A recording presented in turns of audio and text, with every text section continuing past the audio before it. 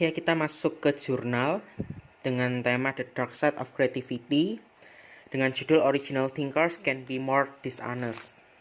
Kita masuk ke abstrak di mana tentang kreativitas itu berkaitan dengan kemampuan untuk menghasilkan ide-ide baru dan berpikir kreatif tentang masalah yang telah lama dianggap sebagai keterampilan penting bagi individu serta organisasi dan masyarakat. Nah, untuk berpikir kreatif sendiri ini memungkinkan individu untuk menyelesaikan masalah secara efektif dan tetap secara fleksibel. Nah, dengan adanya berpikir kreatif ini, mereka dapat mengatasi peluang dan perubahan dalam hidup mereka sehari-hari. Pada tingkat yang lebih makro, masyarakat menggunakan penemuan baru, temuan asli ilmiah, dan program sosial baru untuk maju, dan organisasi membutuhkan mereka untuk beradaptasi dengan perubahan lingkungan dan untuk berhasil dalam pasar. Nah, peran penting kreativitas dalam kemajuan manusia dan adaptasi mungkin salah satu alasan mengapa para sarjana di seluruh disiplin ilmu itu tertarik untuk memahami pemikiran bagaimana kreatif terjadi dan bagaimana hal itu dapat dipelihara. Setelah kita lihat dari abstrak poin 1 dan 2 di sini, bagian awal, itu kita melihat bahwa kreativitas seseorang itu sangatlah penting. Nah, tetapi jika kita masuk ke pembahasan berikutnya, di sini adalah kreativitas itu merupakan sebuah aspirasi umum bagi individu, organisasi, dan masyarakat. Namun di sini kita juga menguji apakah kreativitas ini dapat meningkatkan ketidakjujuran.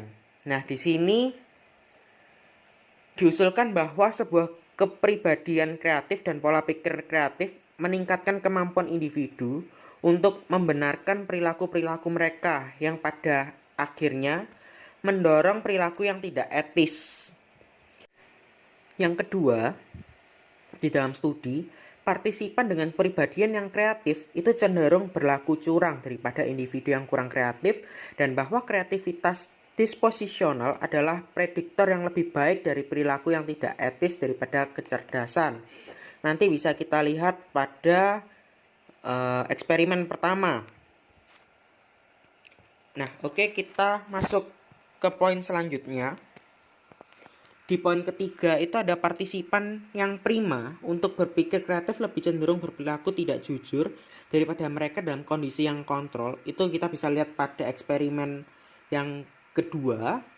Dan kemampuan lebih besar untuk membenarkan perilaku tidak jujur mereka menjelaskan hubungan antara kreativitas dan meningkatkan ketidakjujuran. Bisa kita lihat pada eksperimen 3 dan 4. Nah, untuk poin keempat, dispositional kreativitas secara umum mempengaruhi dari kreativitas dasar pada perilaku tidak jujur. Bisa kita lihat pada eksperimen 5, di mana hasil penelitian ini memberikan bukti untuk hubungan antara kreativitas dan ketidakjujuran yang akhirnya menegaskan sisi gelap dari kreativitas. Untuk teori, di sini yang pertama adalah teori dari kreativitas. Kreativitas ini didefinisikan sebagai kemampuan untuk menghasilkan ide yang baik dan baru, dan juga sesuai dan berguna adaptif untuk ketidakleluasaan tugas. Nah, tetapi selama beberapa dekade terakhir, para peneliti telah meneliti banyak faktor psikologi yang dianggap penting untuk proses kreatif dan telah mengidentifikasi dua komponen utama yang mendasari kinerja kreatif, yaitu ada pemikiran divergen dan juga fleksibilitas kognitif. Nah, apa sih itu pemikiran divergen? Nah, pemikiran ini tuh mengacu pada kemampuan individu untuk mengembangkan ide-ide asli dan untuk membayangkan beberapa solusi untuk masalah yang diberikan. Ini melibatkan pemikiran tanpa batas atau di luar kotak atau dengan istilah out of the box. Nah, berikutnya ada poin yang kedua tadi itu kan ada fleksibilitas kognitif nih. Nah, fleksibilitas kognitif ini menggambarkan kemampuan individu untuk merestrukturisasi pengetahuan dalam berbagai cara yang berbeda. Ini juga tergantung pada perubahan tuntutan situasional, misalnya kompleksitas situasi. Untuk teori berikutnya, nah, pemikiran divergen dan fleksibilitas kognitif ini tuh jika bekerja secara bersama-sama ini sebenarnya dapat membantu orang dalam menemukan solusi kreatif bagi masalah yang sulit yang dapat ditafsirkan dari sudut pandang yang berbeda. Nah, salah satunya seperti dalam konteks dilema etika. Nah, dilema etika sendiri ini sering membutuhkan orang untuk menimbang antara dua kekuatan yang berlawanan, di mana dari satu sisi ada keinginan untuk memaksimalkan kepentingan diri, dan juga di sisi lain ada keinginan untuk mempertahankan pandangan positif diri sendiri. Jadi ini dua hal yang saling bertolak belakang. Nah, penelitian terbaru telah menunjukkan bahwa individu ini cenderung untuk menyelesaikan ketegangan ini melalui self-serving rasionalisasi. Nah, ini maksudnya gimana? Mereka ini berperilaku tidak jujur, cukup untuk mendapatkan keuntungan dari perilaku yang tidak etis. Tapi di sisi lain, mereka tetap jujur untuk mempertahankan konsep diri yang positif sebagai manusia yang jujur. Jadi dia tetap melakukan ketidakjujuran untuk mendapatkan keuntungan, tetapi dia juga mau mempertahankan sisi kejujurannya mereka. Jadi ada mempertahankan konsep diri yang positif. Untuk berikutnya, itu kita sering menemukan adanya kecurangan minor. Kecurangan minor ini biasanya alasannya itu orang lain akan curang dalam situasi yang sama, atau kecurangan kecil yang tidak menyakiti siapapun. Jadi yang namanya kecurangan dianggap suatu hal yang salah, tetapi karena sudah dianggap lumrah atau sudah dianggap wajar oleh lingkungan sekitar, maka kecurangan ini tetap bisa dilakukan tanpa merasa dirinya bersalah. Nah, ini juga berhubungan dengan pembenaran self-serving. Itu juga dapat membantu individu itu meyakinkan diri sendiri bahwa apa yang kecurangan yang mereka perbuat ini sebenarnya sudah tepat sesuai moral, dan akibatnya tidak ada kebutuhan untuk memperbarui citra diri moral negatif mereka. Nah, ini dampaknya situasi di mana ada ruang untuk membenarkan potensi yang tidak jujur atau perilaku yang mementingkan diri sendiri. Nah, di sini orang akan cenderung mempromosikan ketidakjujuran. Misal contohnya apa? Contohnya seperti kalau di kalangan anak sekolah mungkin membolos itu hal yang wajar. Nah, maka dari itu seseorang individu akan membenarkan dirinya sendiri, perbuatan membolos itu menjadi benar. Loh, semua orang melakukan itu hal yang biasa aja, bukan suatu hal yang salah. Akhirnya si individu tersebut tidak perlu memperbaiki citra dirinya. Untuk berikutnya adalah overview of the prison research. Penelitian ini juga melakukan pengujian hipotesis melalui serangkaian studi. Jadi yang pertama ada mengumpulkan data lapangan untuk memeriksa apakah orang-orang dalam pekerjaan yang membutuhkan tingkat kreativitas yang tinggi lebih moral fleksibel daripada yang lain. Yang kedua itu melakukan 5 studi laboratorium di mana partisipan ini memiliki kesempatan untuk berperilaku tidak jujur dengan melebih-lebihkan kinerja mereka. Nah, impact-nya apa atau dampaknya apa? Mereka akan mendapatkan lebih banyak uang akibat dari ketidakjujurannya itu. Yang ketiga adalah mengeksplorasi mekanisme yang menjelaskan hubungan antara kreativitas dan ketidakjujuran yang berfokus pada kemampuan orang untuk membenarkan perilaku yang tidak etis. Yang berikutnya adalah menguji apakah perbedaan individu dalam kreativitas moderat efek dasar pola pikir kreatif dalam ketidakjujuran. Oke, kita masuk ke slide berikutnya. Nah, dari yang saya jelaskan dari keempat poin sebelumnya, itu ditemukan hasil bahwa secara konsisten itu ditemukan kalau kreativitas itu lebih besar mendorong terjadinya ketidakjujuran dengan meningkatkan kemampuan individu untuk membenarkan tindakan yang tidak etis mereka. Slide berikutnya adalah pilot study terkait dengan creativity and the honesty in the field.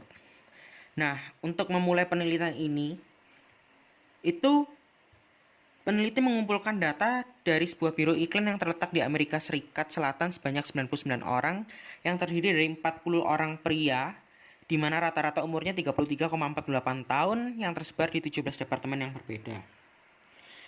Melalui penelitian ini didapatkan bahwa satu responden menunjukkan seberapa besar sih kemungkinan mereka akan terlibat di masing-masing 8 perilaku etis yang dipertanyakan melalui aktivitas penelitian. Yang kedua, responden membaca 2 skenario yang menggambarkan orang yang memiliki kesempatan berperilaku yang tidak jujur. Dan kemudian menunjukkan seberapa besar sih kemungkinan responden akan berperilaku tidak etis jika mereka berada di posisi skenario itu. Yang ketiga, responden mengidentifikasikan departemen mereka dalam perusahaan dan menunjukkan berapa banyak kreativitas yang mereka pikir diperlukan dalam pekerjaan mereka. Nah, dari hasil penelitian yang sudah dijelaskan di poin sebelumnya atau slide sebelumnya, dapatkan bahwa kreativitas yang dibutuhkan pada pekerjaan ini sangatlah berkolerasi positif dengan ketidakjujuran yang dilaporkan sendiri oleh karyawan. Nah, hasil ini memberikan beberapa bukti awal untuk asosiasi hipotesis antara kreativitas dan ketidakjujuran. Oke, kita masuk ke eksperimen yang pertama, yaitu Effects of a Creative Personality. Untuk pendahuluan pada eksperimen yang pertama ini, yaitu penelitian ini tuh meneliti terkait dengan individu yang secara alami memiliki kepribadian yang lebih kreatif juga lebih mungkin untuk berperilaku tidak jujur. Nah, studi ini menguji apakah kreativitas sebagai perbedaan individu adalah prediktor yang lebih baik dari ketidakjujuran dari faktor disposisional lain yang sering dikaitkan dengan kreativitas, yaitu intelijensi. Pada eksperimen yang pertama, partisipannya adalah 97 orang, di mana 45 orang pria, rata-rata umurnya 21 tahun. Dan lokasi penelitian ini dilakukan pada Amerika Serikat Tenggara.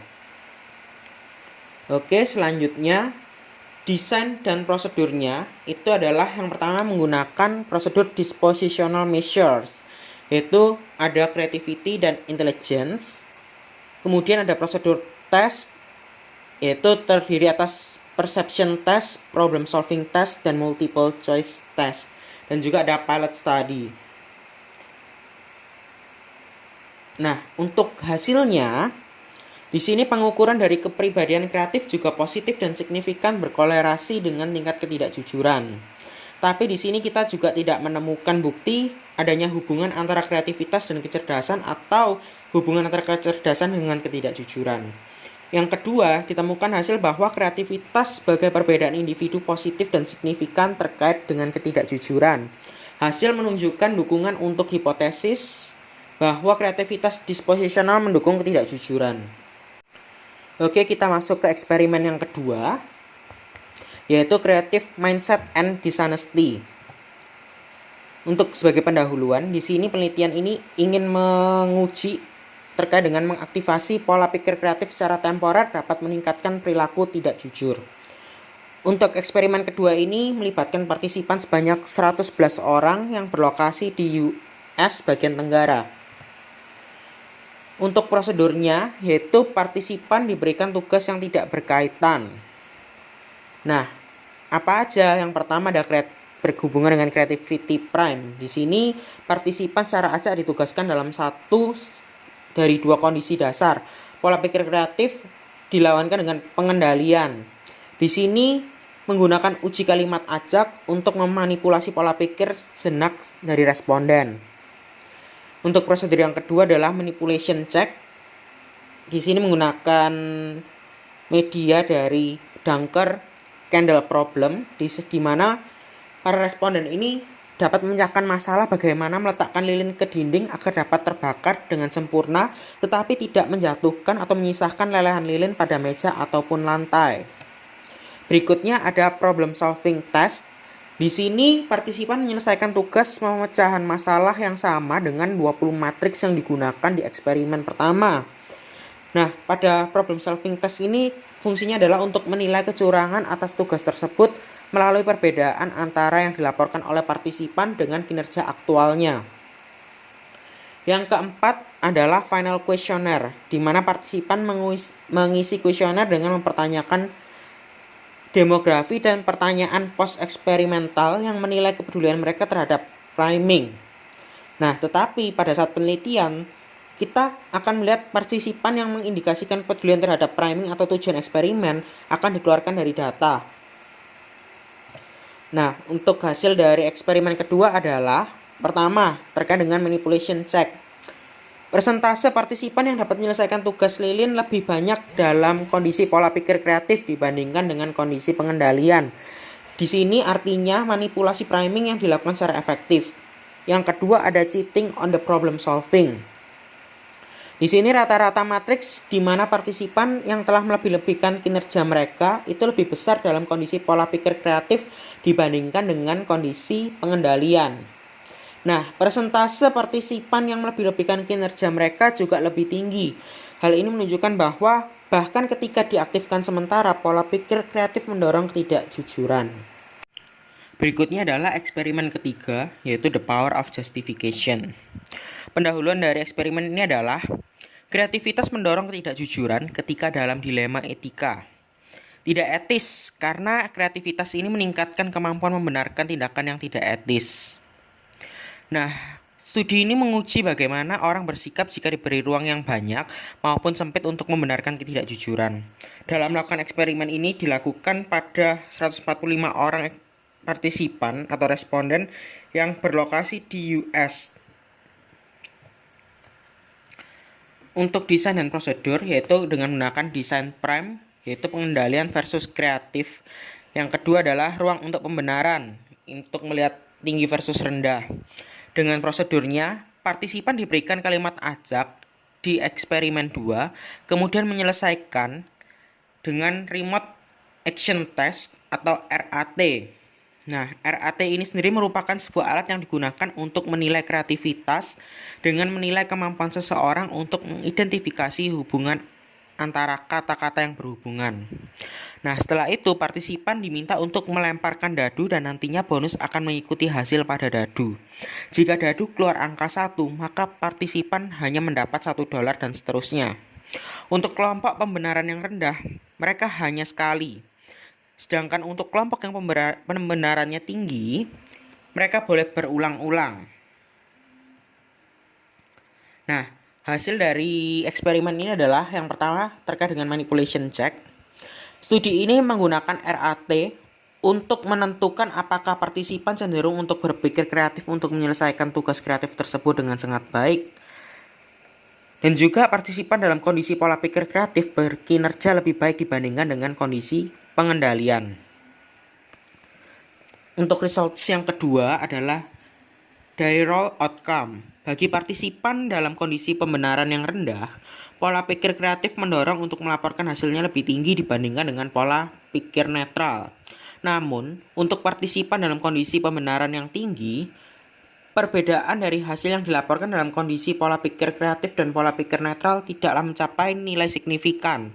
Hal ini menunjukkan bahwa kreativitas mendorong ketidakjujuran dengan meningkatkan kemampuan seseorang untuk menghasilkan alasan untuk membenarkan perilaku tidak etis. Berikutnya yaitu eksperimen keempat terkait dengan justification and creative personality. Sebagai pendahuluan, eksperimen ini ingin menguji apakah pembenaran memiliki peran signifikan pada hubungan antara kreativitas dan ketidakjujuran. Di mana pada eksperimen 4 ini dilakukan kepada 150 orang responden yang berlokasi pada USTG, di mana mereka dibayar $4 untuk menyelesaikan survei online dan dapat memperoleh tambahan $6 selama komponen laboratorium dalam studi ini. Partisipan diperhadapkan dalam kedua kondisi, yaitu yang pertama adalah pembenaran yang rendah dan yang kedua adalah pembenaran yang tinggi. Kita masuk ke slide berikutnya terkait dengan prosedur pada eksperimen keempat ini adalah prosedur yang dilakukan pada eksperimen keempat ini sangatlah mirip seperti eksperimen ketiga, tapi ada 3 perbedaan, yaitu partisipan menyelesaikan survei online seminggu sebelum sesi laboratorium. Berikutnya survei seperti eksperimen 1, yaitu menguji tingkat narcissistic personality inventory, di mana pada pengujian ini itu memberikan pilihan paksa, yaitu aku begitu ingin jadi pusat perhatian dan saya bersikeras mendapatkan penghargaan atas apa yang saya lakukan. Yang berikutnya adalah survei ada RAT seperti pada eksperimen ketiga, akan tetapi survei hanya memasukkan manipulasi pembenaran untuk melihat ruang untuk pembenaran dari partisipan. Nah, kita masuk ke slide berikutnya, yaitu kita bisa lihat adalah gambar triangle korelasi antara ketidakjujuran dengan creativity dan pembenaran rendah. Pada eksperimen 4 ini, diduga bahwa hubungan antara kreativitas antar orang dengan ketidakjujuran akan sangat kuat dalam kondisi pembenaran yang rendah dibandingkan dengan kondisi pembenaran yang tinggi. Untuk results, yang pertama terkait dengan creative personality and creative performance, yaitu studi ini awalnya menguji apakah partisipan yang memiliki nilai lebih tinggi pada kreativitas disposisional juga berkinerja lebih baik pada RAT. Nah, ini konsisten dengan korelasi pada tabel 3 dan dapat dilihat bahwa kepribadian kreatif itu memprediksi kinerja kreatif di RET.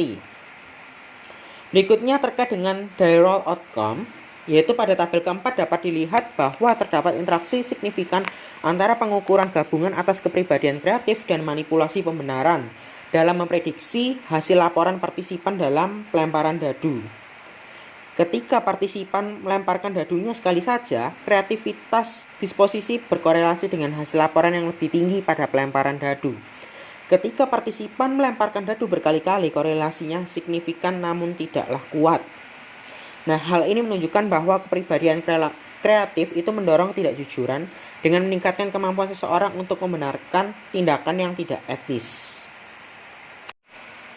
Berikutnya adalah eksperimen kelima, yaitu doubling on creativity. Nah, sebagai tambahan, melalui moderasi kita menemukan bahwa fleksibilitas moral menjelaskan hubungan ini.